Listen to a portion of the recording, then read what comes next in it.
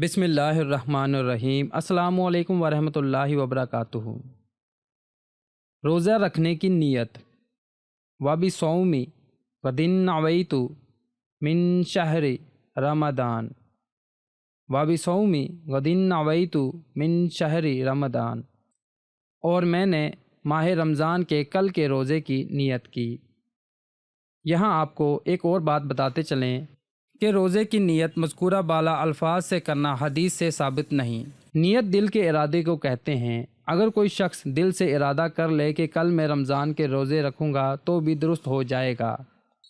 زبان سے تلفظ کر لینا بہت ہے، لیکن زبان سے تلفظ کرتے وقت انہی الفاظ سے نیت کرنا ضروری نہیں۔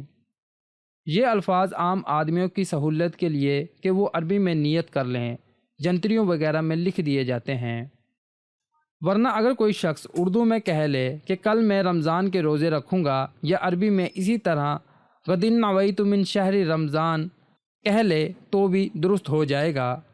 اللہ پاک ہم سب کو اپنے حفظ و ایمان میں رکھے اور اسلام کو سیکھنے کی توفیق عطا فرمائے، آمین۔